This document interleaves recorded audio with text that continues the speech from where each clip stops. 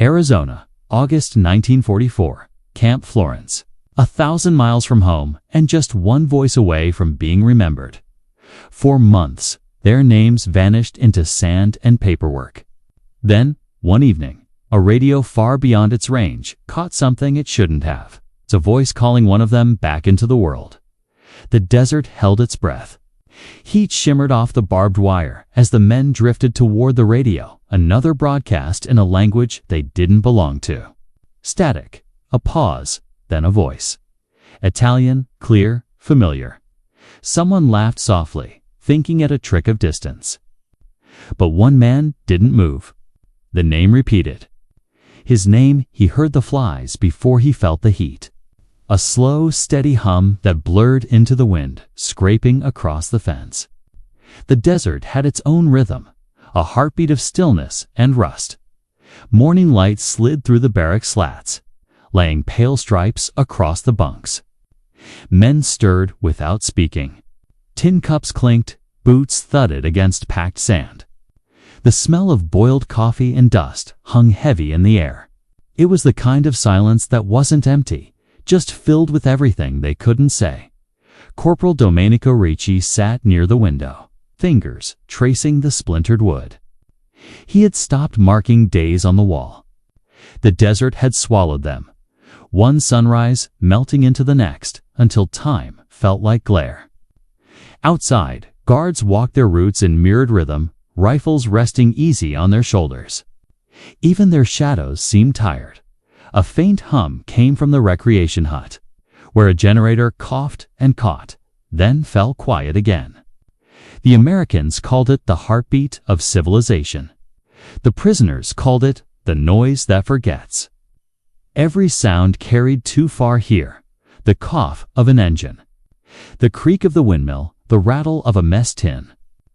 Each reminded them that the war had moved on somewhere far beyond the wire. At noon, the air changed. You could smell the metal heating, the faint sweetness of oil rising from the trucks. Heat shimmered so thick it bent the horizon into waves. Domenico's friend, Sergeant R., rolled a cigarette and let it burn to ash without touching it. "Even the flies are prisoners," he murmured. No one answered. In the corner of the yard, a Red Cross flag drooped from its pole. Letters had not arrived in weeks. The rumor was that the war in Italy had ended, or maybe begun again under another name. Nobody knew. Nobody wanted to ask the guards. Answers carried their own kind of hunger. When the bell rang for evening count, the sound was brittle, metallic, exact. Men lined up in their patched uniforms, sweat glinting like glass on their necks. Beyond the fence, the desert stretched endless and pale. You could almost believe that nothing human lived out there. Only wind, memory, and the whisper of things once spoken. He saw the dust before he saw the truck. A thin brown plume unfurling across the flat horizon as if the desert itself were exhaling. The men stopped raking gravel and turned their heads together, eyes squinting under the noon glare. Trucks didn't often come this deep into the compound, not without reason. The first sound was a rattle of metal. Then a low whine of gears straining in heat. When the vehicle appeared, olive drab, Red Cross markings bright against the sand. Even the guards stepped closer to see. The tires sank into the loose gravel, spitting up small clouds that clung to boots and cuffs. Two Americans jumped down, sleeves rolled high, faces shining with sweat. Behind them, in the truck bed, sat a wooden crate bound in wire and stamped with faded ink. Property of U.S. Army Signal Corps. It was lifted down with exaggerated care, as though it contained something fragile. The interpreter, a thin corporal with round glasses, hurried out of the command hut, clutching a paper. He looked almost excited, a rare expression here. New equipment, one guard muttered. Entertainment, another joked. The prisoners exchanged glances. The word meant nothing out here. There were no theaters, no audiences, only sand. Still, curiosity rippled through the line like a draft through the barracks. The crate was carried into the recreation hut. a low wooden building with warped walls and a sagging roof. Inside, the air smelled of varnish and stale bread. A crowd gathered by the doorway, men pressing close, pretending not to. Domenico stood near the back, hands in his pockets. Watching the Americans unbolt the lid, the first thing they pulled out wasn't a weapon or a tool, it was a radio. Big, square, with polished dials and a glossy speaker mesh that caught the light. It looked out of place, almost elegant, against the dust and fatigue. The interpreter grinned awkwardly. "Shortwave receiver," he announced, reading from the paper. "Can catch Europe if the air is right." A murmur passed through the room. Some prisoners smiled, others frowned. One whispered, "Propaganda." Another whispered, "Home." The Americans tested the power. A click, a hum, a faint trembling sound that made the hairs on their arms rise. The interpreter added that the Red Cross had approved it, part of a morale initiative. That night, after roll call, the guards allowed the men to stay in the hut for the first broadcast. The generator sputtered alive, sending a faint vibration through the floorboards. Domenico sat cross-legged on the ground beside Sergeant R, watching the radio glow orange in the dark. Static filled the room like breath, thin, restless, alive.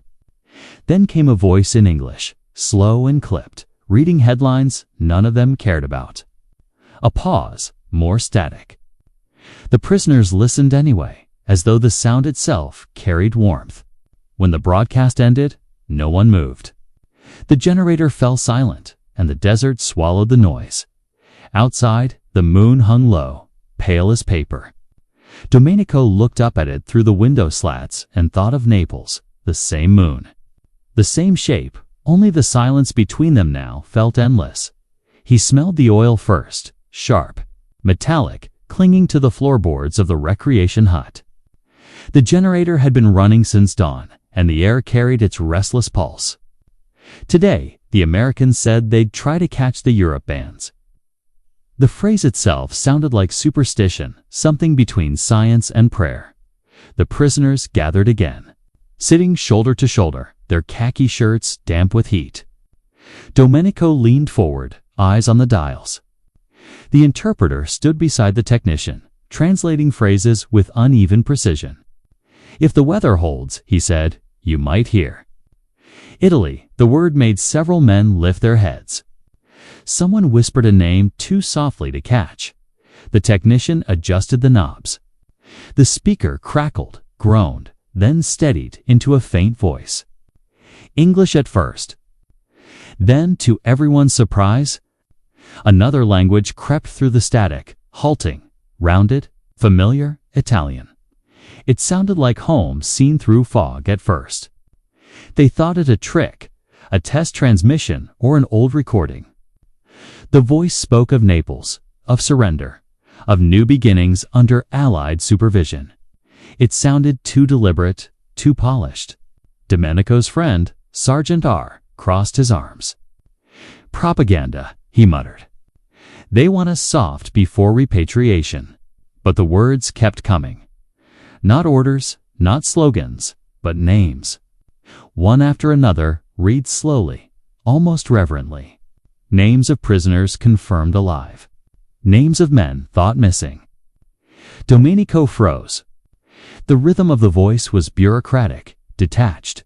Yet behind it, something throbbed at the pulse of recognition. Then the room fell completely silent. The voice on the radio spoke again, clearer this time.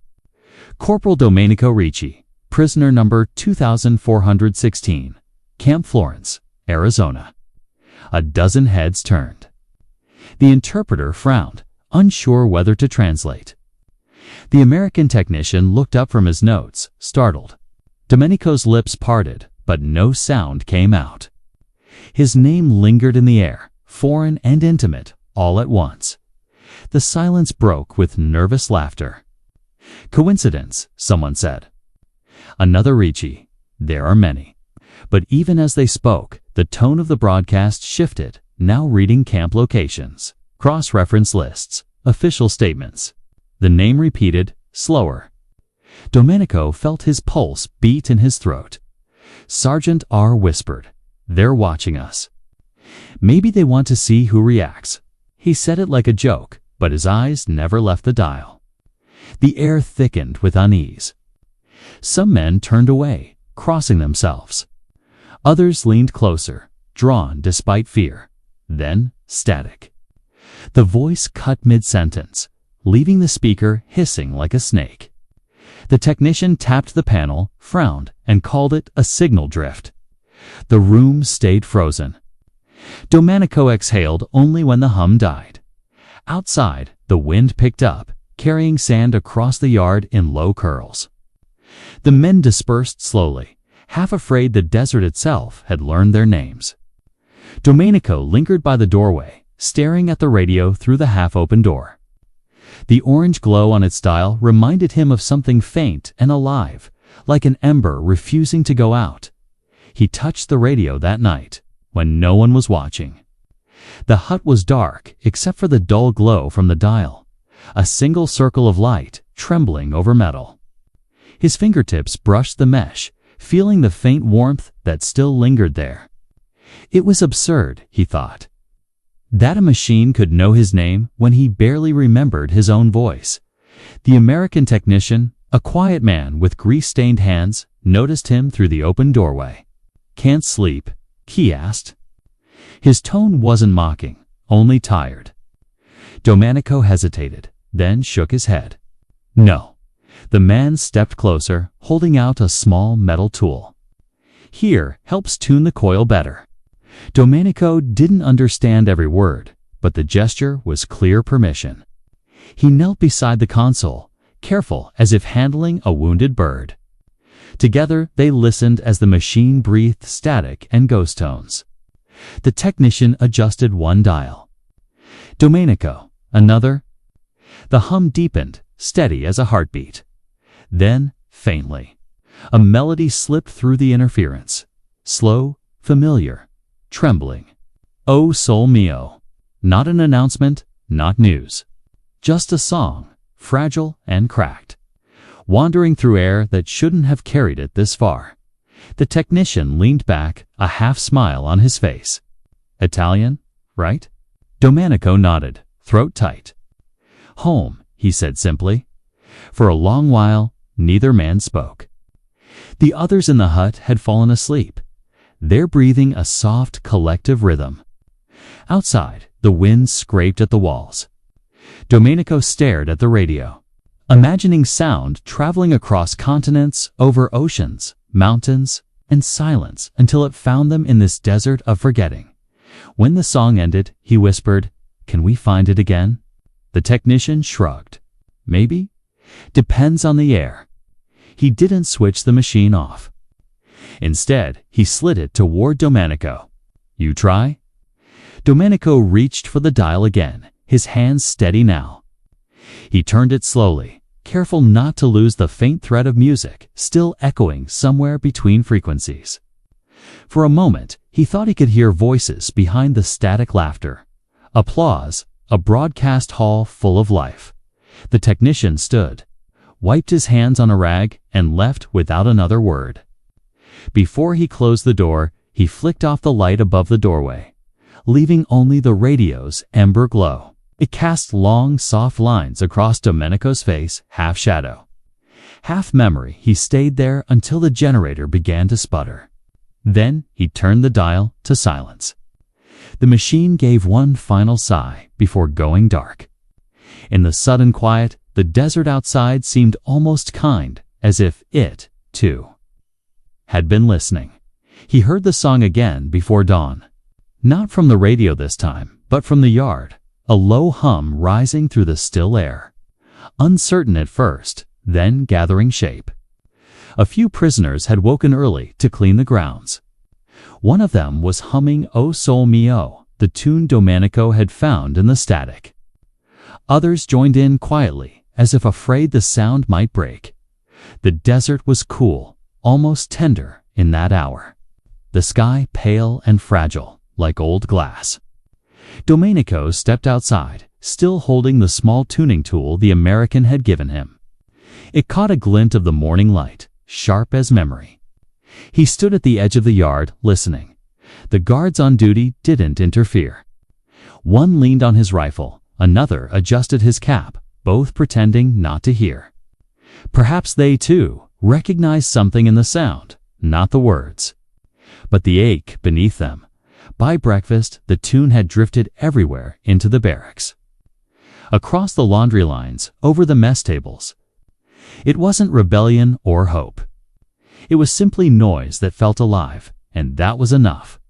Later that afternoon, as the heat climbed, the American technician came back to the hut, carrying a tin of oil and a canteen of water.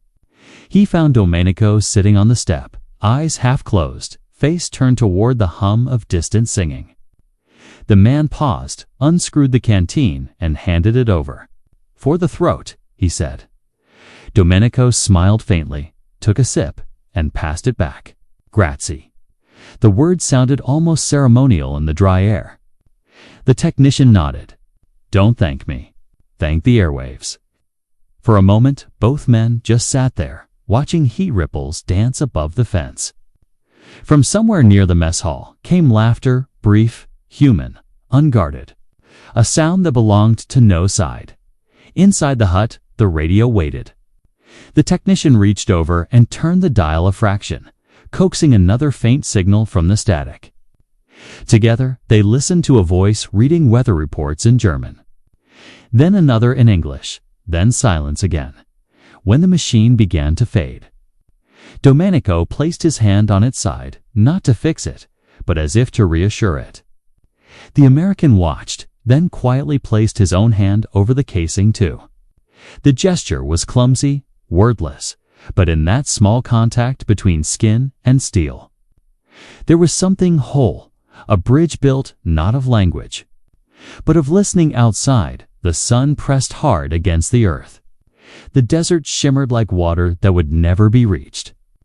A moment where even static could sound like home. He remembered the letter only when the Red Cross van returned.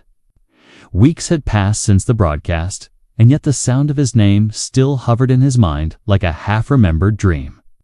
The new arrivals carried sacks of mail, thin envelopes, censored months late. Hope wrapped in brown paper and delay. The interpreter stood on the steps, reading the names aloud. Each one struck like a heartbeat, familiar, foreign, fragile. When he reached Ricci, Domenico's stomach tightened. But the interpreter shook his head. "Different Ricci," he murmured. "From Texas camp." A faint smile flickered and vanished.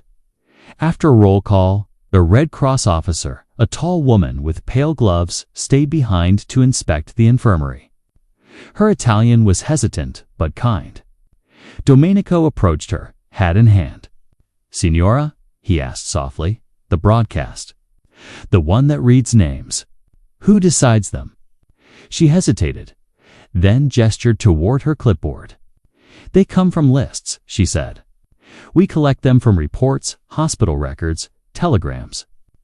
The Allies read them over shortwave for families in Europe." Domenico blinked. "So the voice," she nodded, "wasn't calling you? It was confirming you." The truth settled like dust. It wasn't a message sent to him, it was a message sent about him. Somewhere across the sea, someone might have heard it and breathed again, believing him alive. He stood there, unable to decide if the thought comforted or hollowed him. That night, he found the letter he'd once written but never mailed. The paper had yellowed at the edges, words pressed hard into the fibers. "I am alive. Do not worry." It felt almost absurd now. So the air itself had delivered the message before the mail ever could. He returned to the recreation hut. The radio sat where it always had, patient and unblinking. Domenico turned the dial, searching for the same frequency. Static, then fragments of voices, English, German, fragments of Italian again. Then he found it, the same calm announcer's tone. Reading another list of names, men leaned in from the doorway, silent, listening for miracles or losses. The Red Cross emblem painted on the wall seemed to flicker in the lamplight, half cross, half shadow. When the broadcast ended, Domenico stayed seated long after the others had left. He thought of his mother, perhaps standing in a crowded street in Naples, hearing his name from a radio perched on a shop window. Maybe she had looked up. Maybe she had cried. Maybe she hadn't believed it at all outside. A wind began to move through the wire, humming faintly the same note the static made before a signal found its shape. He closed his eyes and let it wash over him. For the first time in months, the silence didn't feel empty. It felt like an answer that had simply taken the long way home. He felt the air change before anyone spoke. The afternoon sun had turned the camp pale and unforgiving, bleaching even the shadows. The radio sat silent, its dial dark. A thing once alive now turned uncertain. Rumors spread first through whispers, then through silences too heavy to ignore. The next day's broadcast, the one that had promised more names, never came. The Red Cross van didn't arrive. Instead, a message from headquarters was pinned to the bulletin board. Transmission schedule suspended due to interference. The men gathered around it, squinting at the paper as though the truth might hide between the lines. Some cursed under their breath. Others shrugged, pretending not to care. But Domenico saw the fear return, the kind that grows when hope has been shown, then quietly withdrawn. Inside the hut, Sergeant R kicked over a stool. "So that's it," he muttered. "They give us a miracle, then take it back." His voice cracked halfway through the sentence. Domenico said nothing. He could still hear his name the way the announcer had spoken it. Flat, official, untouched by joy. The technician tried to calm them. "Signal trouble," he said, wiping his hands. "Not politics. Just weather, maybe." But no one wanted science. They wanted the voice. They wanted proof that the world still knew they existed. That evening, the generator failed mid-cycle. A pop, a puff of smoke, then silence so deep it felt physical. The men stood around the dead machine, watching the last glow fade from its coils. The desert outside swallowed the sound, merciless and complete. When the guards ordered them back to quarters, tempers cracked. One prisoner shouted that the Americans had cut the line on purpose, that the names were chosen for propaganda, to keep them docile. Another laughed bitterly. "They're done with us. The war's ending. We're already forgotten." The interpreter tried to restore order, voice trembling. No fighting. No trouble. But the words were fragile things. The men weren't angry at him. They were angry at the silence. Domenico stood apart, watching his friend Sergeant R pace the yard. The man's fists opened and closed like the jaws of a machine. Then, without warning, he hurled his cup against the fence. The clang echoed through the compound, one sharp, shattering sound. Guards turned, rifles half-raised, uncertain whether to intervene. The wind picked up, pushing dust between them. Domenico stepped forward, not to defend or explain, but simply to stand beside his friend. The guard closest to them hesitated, then lowered his weapon. The storm passed, not with violence, but with exhaustion. Later that night, the camp lay still. The radio remained dark. Domenico sat on his bunk, staring at the faint outline of his hand in the moonlight. It trembled slightly, not from fear, but from the weight of remembering. Somewhere beyond that desert, the war still burned. Yet here, in this forgotten corner, silence had become the final enemy. He whispered into the dark, testing his own name as if it might still travel through the air. Domenico Ricci. The sound dissolved into the night, unanswered but alive. He saw the morning light crawl across the barracks wall, thin, colorless, deliberate. The desert was quieter than it had been in months. No generator hum, no static.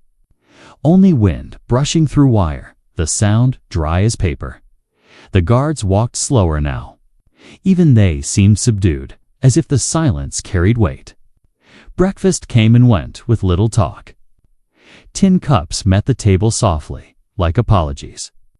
The camp felt emptied of something invisible, not just noise, but proof of being heard. Domenico sat outside near the laundry poles, watching shirts ripple in the heat. The fabric moved like ghosts of men who had left before him. He tried to recall the shape of the voice that had said his name, the precise curve of it, the breath before the syllables. But memory blurs faster than sound. What remained was a vibration, faint and constant. Like a string still resonating somewhere out of reach, by midday, the horizon shimmered again, that familiar mirage, water where there was none. The prisoners worked mechanically, shovels lifting dust that settled back in place as if the earth refused change. A guard handed Domenico a flask. "Hot day," he said simply. Domenico nodded. "Always." The words seemed to end the conversation before it began. Inside the hut, the radio sat on a shelf, clean now, silent. The American technician had gone. The interpreter said he'd been reassigned to another camp. No one asked why. Some men still stopped at the doorway, glancing at the machine as one might glance at a gravestone out of habit, respect, and a touch of fear. That evening, the sky turned the color of copper. A sandstorm brewed beyond the fence, low and slow.